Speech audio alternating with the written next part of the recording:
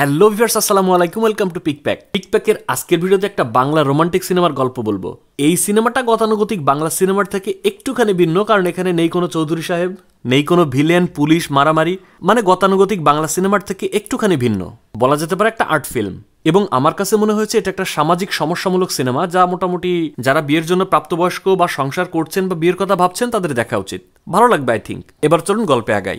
সিনেমার নাম আরিফিন শুভ এবং বিন্দু অভিনীত, সম্প্রতি মুক্তি পাওয়া 19-20। গল্পের শুরুতে আমরা দেখতে পাই অপু নামের একজন ছেলে সকালে ঘুম ভেঙে দেখে তার পাশে একজন মেয়ে শুয়ে আছে। ব্যাপারটা এমন যেন সে এরকম এক্সপেক্টই করেনি। বলে তুই? তারপর একটু মুখ খারাপ করে ওয়াশরুমে গিয়ে একটা সিগারেট ধরে আর তাকে খুব চিন্তিত দেখায়। এরপর এই দৃশ্যের মূল গল্প শুরু হয়। দেখা যায় অপু একটা বিজ্ঞাপনের এজেন্সিতে কাজ করত। মানে খুবই ক্যালাস টাইপের কিছু লোকজন থাকে না, জীবন নিয়ে একেবারেই সিরিয়াস না। লেট করে অফিসে যায়, প্রেজেন্টেশন থাকলেও ওইভাবে সিরিয়াসনেস থাকে না। আর অফিসের বস তাকে যতবারই এইসব অনিয়মের কারণে ধরতে যায় ততবারই তার একজন জুনিয়র কলিগ থাকে, ছোট ভাইয়ের মতো আর কি, সে তাকে সবসময় বাঁচিয়ে দেয়। যেমন অনেক ইম্পর্টেন্ট বড় একটা প্রজেক্ট ছিল এবং অপুর দায়িত্ব ছিল সেটার প্রেজেন্টেশন রেডি করা, কিন্তু এই ছোট ভাই ম্যানেজ করে রাখছে অপুর জন্য। এই বসের নাম থাকে নওশাদ। এই নওশাদ বেটাকে চিনতে পেরেছেন তো? ওই যে আমাদের চ্যানেলে দেখছেন না যে লেডিস অ্যান্ড জেন্টেলম্যানে কত বড় একটা ক্যারেক্টার করছিল, তাই না? মিস করে থাকলে এই সিনেমাটি দেখার পর আমাদের ডেসক্রিপশনের লিঙ্ক থেকে ক্লিক করে দেখে আসতে পারেন। যাই হোক, এই দিনের প্রেজেন্টেশনটা ছিল অত্যন্ত গুরুত্বপূর্ণ এবং অনেক বড় একটা কোম্পানির সাথে। অপু কাজ তো করেইনি, কোথায় প্রেজেন্টেশনের আগে একটু দেখবে বা সেগুলো একটু প্রস্তুতি নেবে, সে মেয়েদের সাথে চ্যাট করে। তার বস আর জুনিয়র দেখে তো খুব চিন্তায় থাকে যে কি করবে না করবে আল্লাহই জানে। সে ফ্লার্টিংয়ে এত বেশি ব্যস্ত যে যখন ওই কোম্পানির লোকজন আসে প্রেজেন্টেশন দেখতে, খেয়ালই করে না সে বসে থাকে, তার বস তার জুনিয়র এরা উঠে দাঁড়ায়। এইটা আবার ওই এজেন্সির সাথে আসা একজন মেয়ের খুব বাজে লাগে। এই মেয়েটির নাম থাকে শিলা। জুনিয়র তাকে ডেকে বলে, অপু ভাই প্রেজেন্টেশনটা দেন। তখন সে চ্যাটিং বন্ধ করে ল্যাপটপের প্রেজেন্টেশন দেখা তো দূরে থাকে, ল্যাপটপ বন্ধ করে নিজের মতো বলা শুরু করে। আর তার জুনিয়র তো পুরোই অবাক যে হায় হায়, সারা রাত করলাম কি, প্রেজেন্টেশন লিখলাম কি, আর অপু ভাই বলে কি। এটা ছিল কফির একটা ব্র্যান্ড প্রমোশনের প্রেজেন্টেশন। সে নিজের মতো একটা ইনস্ট্যান্ট আইডিয়া তৈরি করে এবং সবার সাথে শেয়ার করে। এজেন্সির অফিসারের পছন্দ হয়, কিন্তু ওই মেয়ে অফিসারের পছন্দ হয় না। অপুর শুরু থেকে প্রেজেন্টেশনের শেষ পর্যন্তই সে বিরক্ত ছিল। সে বলে, আপনার কথাবার্তা শুনে মনে হচ্ছে আপনার মার্কেটিং সম্পর্কে কোনো ধারণাই নাই। অপু জুনিয়রকে জিজ্ঞেস করে, দেখতো আমার মাথায় কি শিং আছে, আমার পিছে কি লেজ আছে? বলে না তো ভাই। অপু বলে, তাহলে ওনার কেন মনে হচ্ছে যে আমি 8 বছর ধরে এজেন্সিতে ঘাস খাচ্ছি? ভাবেন, ক্লায়েন্টদের সাথে যদি এইভাবে কথা বলে তাহলে কি একটা সিচুয়েশন তৈরি হয়। মেয়েটি উঠে চলে যায় এবং মিটিংটা ওখানেই শেষ হয়। ঝামেলা একটা পাকিয়ে অপু আর তার জুনিয়র একটা বেলকুনিতে দাঁড়িয়ে সিগারেট খাচ্ছিল। তখন নওশাদ ওই জুনিয়রকে ফোন দিয়ে বলে, অপু কই, ফোন ধরে না কেন, ওর কাছে ফোন দাও। অপু কথা বলতে না চাইলে নওশাদ বলে, তোমাদের প্রমোশন ইনক্রিমেন্ট কেমনে হয় আমি দেখতেছি, দাঁড়াও। জুনিয়র বলে, ভাই আমার বিয়েটা আটকে যাবে, প্লিজ আপনি একটা কিছু করেন। সিচুয়েশন খারাপ দেখে অপু যায় শিলার সাথে বন্ধুত্ব করতে, যখন শিলা কফি বানাচ্ছিল। সে গিয়ে বলে, ব্ল্যাক কফি? ও আচ্ছা, তাই তো বলি এত বিষের মতো কথা মুখ দিয়ে কেন আসে। শিলা বলে, এসব শুনে পড়ে যাওয়ার বয়স অনেক আগেই পার হয়ে গেছে। তারপর শিলা কফি নিয়ে বের হওয়ার সময় অপুর হাতে লেগে কফির মগটা পড়ে ভেঙে যায়। শিলা মেয়েটা কিরকম, সে খানিকটা স্ট্রিক্ট। ভালোবাসা, প্রেম এগুলোতে সে প্রশ্রয় দিত না, তবে সে কবিতা ভালোবাসতো এবং ফেসবুকে প্রসাদ সেন নামে একজনের কবিতা তার খুব পছন্দ হতো, মাঝে মাঝে শেয়ার করতো। অপুর আবার এই সিগারেট খাওয়ার এক পার্টনার ভাই ছিল, সে তাকে মাঝে মাঝে বেশ ভালো কথা বলতো। অপু তার দুঃখ, তার অনুভূতিগুলো ভাইয়ের সাথে শেয়ার করতো, মানে জাস্ট মজা করে আর কি। শিলার সাথে কি হয়েছে না হয়েছে এসব নিয়ে অপু একেবারে ড্যাম কেয়ার। সবসময় মেয়েদের সাথে চ্যাটিং করতেই থাকে, আর তার মা তাকে বলে, অপু তোর বয়স হয়েছে, এগুলো একটু বাদ দে। কখনো এই মেয়ে ফোন দেয়, কখনো ওই মেয়ে ফোন দেয়, তুই ওদের ফোন ধরিস না, একটু বিয়ে শাদী কর, একটু গোছা জীবনটা। অপু বলে, দেখো মা, এসব বিয়ে প্রেম আমার দ্বারা হবে না, বুঝছো, এসব বাদ দাও। যা আমারে দিয়ে হবে না তা নিয়ে কথা বলে লাভ নেই। মানে অপু ছিল একেবারে পারফেক্ট প্লে বয় যাকে বলে। একদিন একটা বইয়ের দোকানে যখন অপু একটা বই ধরে টান দেয়, অপর পাশ থেকে শিলাও ধরে টান দেয়। শিলা বলে, আমাকে স্টক করছো নাকি? অপু বলে, কে আপনি কি শেয়ার মার্কেট যে আপনার স্টক করবো? আমিও শঙ্খ ঘোষকে পছন্দ করি। শিলা তার হাত থেকে বইটা নিয়ে পেমেন্ট করতে গেলে অপুও গিয়ে বলে, আমাকে 1 কপি দাও। দোকানে জানায়, স্যার 1 কপি আছে। শিলা আবার তার কাছে নগদ টাকা না থাকায় কার্ড দিয়ে বইয়ের দামটা পে করতে পারে না, আর অপু সেই দাম পে করে বইটা সে নিয়ে যায়। শিলার একটু মন খারাপ হয় এবং সে চলে যায়। পরবর্তীতে দেখা যায় অপুর কোম্পানি শিলাদের এজেন্সিকে আরো একটা প্রেজেন্টেশন বা আরো একটা আইডিয়া দিয়েছে। সেই প্রেজেন্টেশনটা শুধুমাত্র শিলারই ভালো লাগে, কিন্তু ওই অফিসারদের বাকি যে 2 জন তারা বলে, না আমাদের মনে হয় অপু যেটা দিছিল ওইটাই মনে হয় ঠিক ছিল। শিলা তুমি কি বলো? এখন 3 জনের 2 জনই যদি একদিকে মত দেয় তখন শিলা আর কি বলবে, বলে ঠিক আছে, ওকে ফাইন। শিলা তো এখানেও অপুর কাছে হেরে গেল। সে মন খারাপ করে যখন তার চেয়ারে গিয়ে বসেছিল, টেবিলের পাশে পানির বোতল নিতে গিয়ে দেখে নতুন একটা মগ।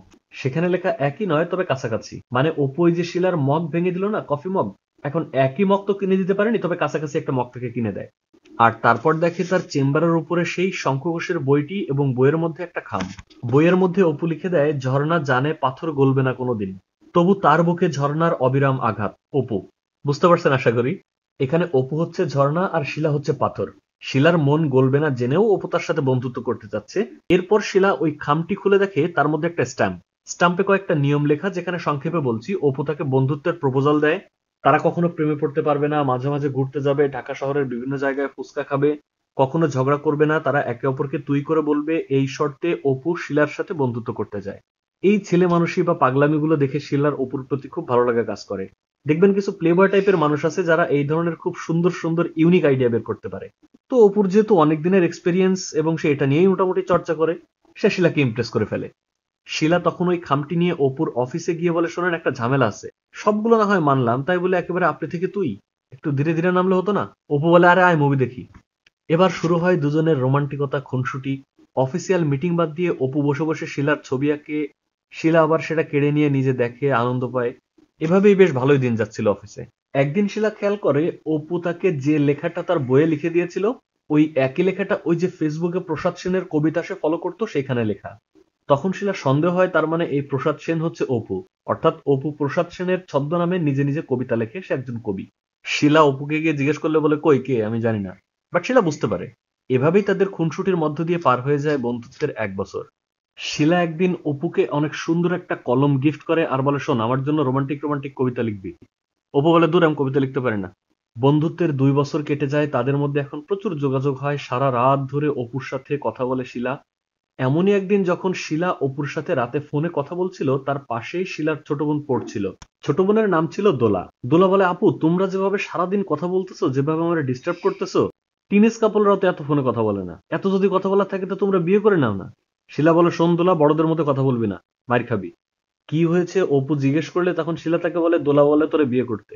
অপু জানায়, শোন, আমি শুধুমাত্র আন্ডারওয়্যার পরে যদি হিমালয়েও চলে যাইতে হয় যাবো, কিন্তু বিয়ে করব না। শিলা বলে, তুই যে বিয়ে করবি না আমি জানি, কারণ তোর তো সমস্যা আছে, সবাই বিয়ে করতে পারে না, সমস্যা থাকে, ব্যাপার না। অপু বলে, সমস্যা আছে মানে? তুই কি কইতে চাস? সন্দেহ থাকলে টেস্ট কর। শিলা বলে, তোর তো কোনো সাহসই নাই। শিলা বলে, তোর তো সাহসই নাই, তুই তো অনেক ভীরু কাপুরুষ। কেমনটা লাগে? অপু বলে, তাই তুই তাহলে আমার সাহসের পরীক্ষা নিবি নে, বল কি করতে হবে। শিলা বলে, বিয়ে তো দূরে থাক, তোর কোনো মেয়ের বাপের সামনে গিয়ে দাঁড়ানোর সাহস আছে?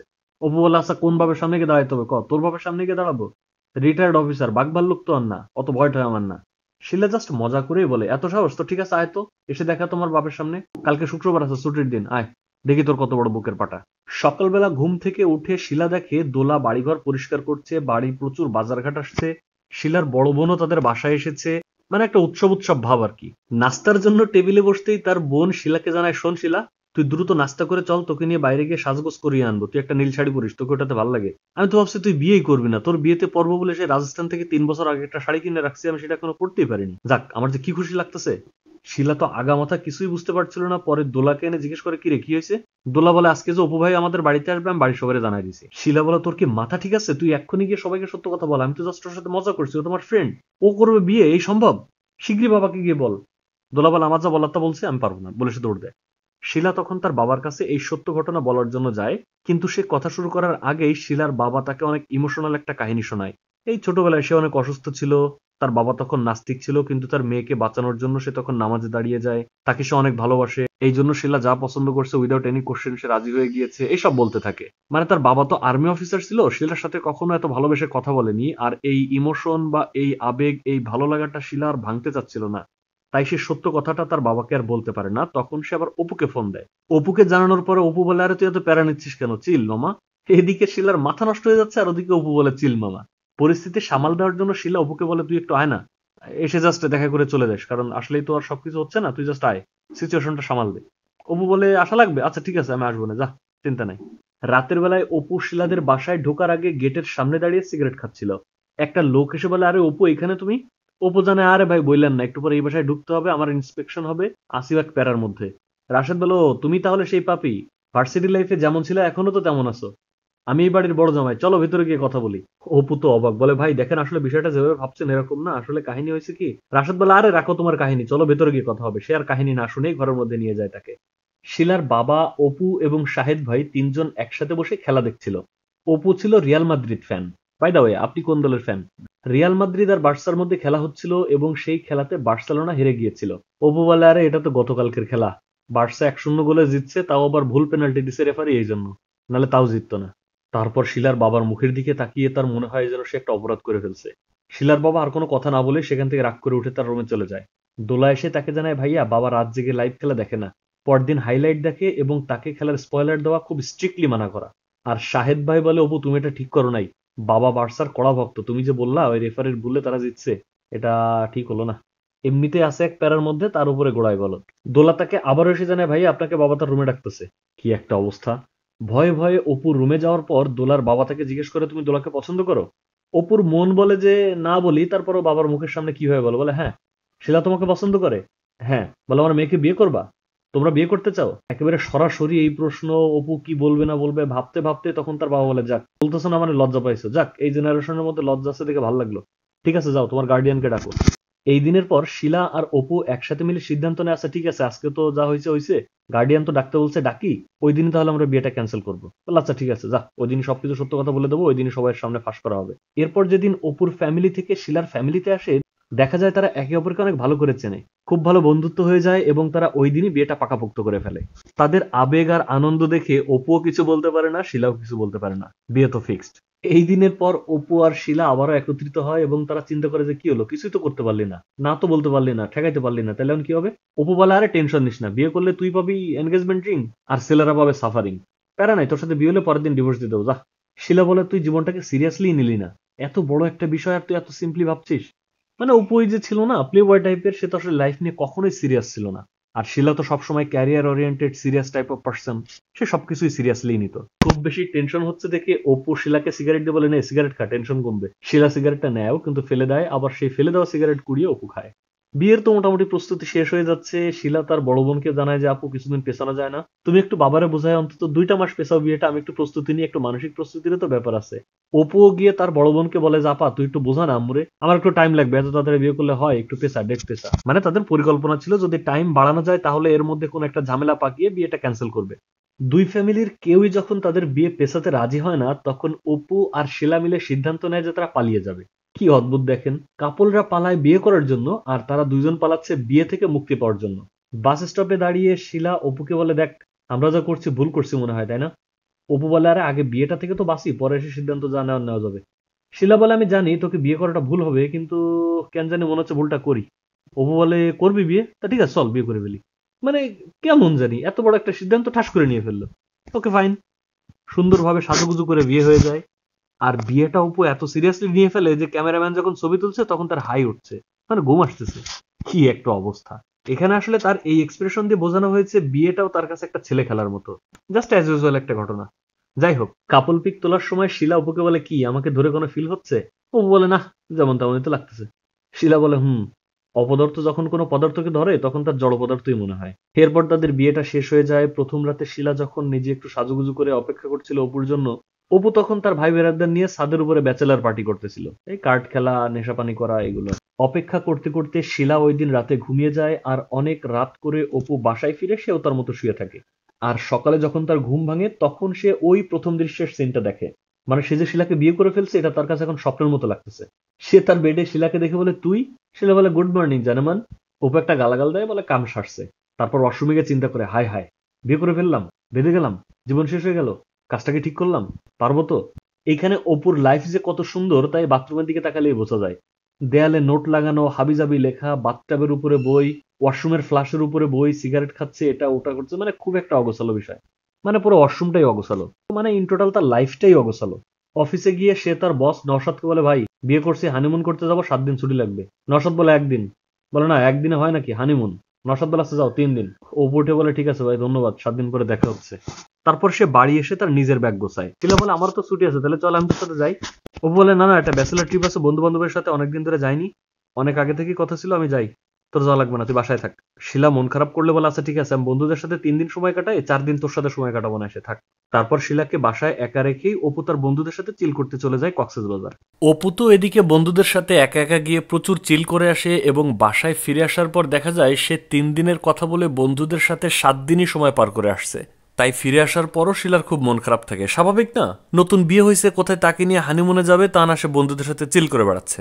সে যে চিল করতে নিষেধ করছে এমন তো আর না, তবে তাকেও তো একটু সময় দেওয়া উচিত, তাই না? এটা মন খারাপ হওয়া খুবই স্বাভাবিক, কিন্তু অপুর এটা নিয়ে কোনো মাথা ব্যথাই নাই। অপরাধ একটা করে এসে সে শিলার সাথে ভাব জমানোর চেষ্টা করে, কিন্তু শিলা খুব কষ্ট পায়, সে তার কাছে আসতে দেয় না। এরপর একদিন দেখা যায় অপু যখন সকালবেলা একদিন উইকেন্ডে বাসায় ঘুমাচ্ছিল, শিলা এসে তার রেশমি চুরির ঝনঝন শব্দে অপুর ঘুম ভাঙায় আর ডেকে বলে, ভাবছি তোর অ্যালার্ম অফ করে দেবো, এখন থেকে আমার এই চুরি দিয়ে তোর ঘুম ভাঙাবো। তারপর সে অপুকে একটা চিঠি দিয়ে অপুর পাশে গিয়ে বসে। চিঠি বলতে একটা আবেদনপত্র। আমরা ওই যে ক্লাস 6, 7, 8, 9 এর দিকে যে আবেদনপত্র লিখতাম না, যথাবিহিত সম্মান প্রদর্শন পূর্বক জানানো যাইতেছে যে আমি আপনার বিদ্যালয়ের অমুক শ্রেণীর অমুক ছাত্র, এরকম একটা ফরম্যাটে শিলা অপুকে জানায় যে সে যে আগে শিলাকে অনেক ঘুরতে নিয়ে যেত, এখন আর ঘুরতে নিয়ে যাচ্ছে না, তাকে যেন ঘুরতে নিয়ে যাওয়া হয় এই সমীপে আবেদন করে। ফানি বাট খুব ইমোশনাল।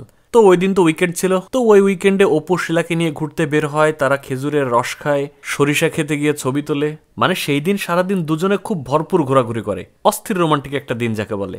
দিনে ঘোরাঘুরি শেষে রাতে এসেও ভাব ভালোবাসা হয়, কিন্তু দিন যেতেই একদিন দেখা যায় অপু বাইরে থেকে এসে তার জুতা, গন্ধওয়ালা মোজা যেখানে বসতো ওইখানেই খুলে রাখতো।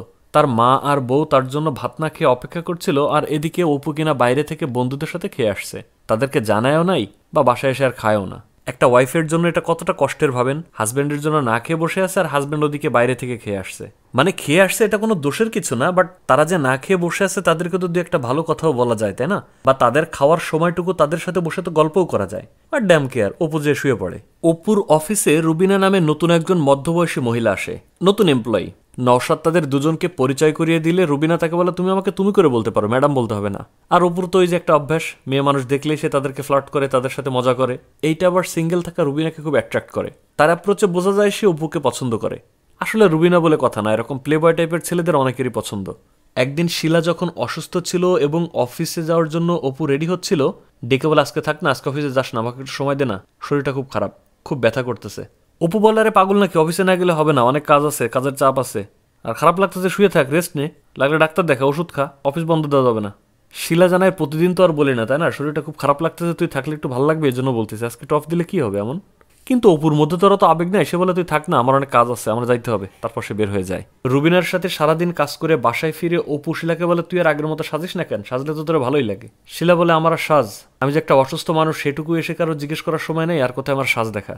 তখন অপুর মনে পড়ে, হ্যাঁ শিলা তো অসুস্থ, তখন জিজ্ঞেস করে, কি রে, কি হয়েছে তোর, কি সমস্যা, কেমন আছিস? কিন্তু শিলার তো অলরেডি মনটা খারাপ, তার হাজবেন্ড সে অসুস্থ, বাসায় এসে একটু জিজ্ঞেস করবে না? কত কেয়ারফুল যে সেটাও তার মনে নেই। যাই হোক, শিলা তখন অপুকে বোঝানোর চেষ্টা করে যে, দেখ, একটা মেয়ের কিন্তু গিফট, টাকা পয়সা এত কিছু দরকার হয় না, তার একটু ভালোবাসা চায়, তার একটু কেয়ার চায়, তাদের নিয়ে কেউ একটু ভাবুক, এটা চায়।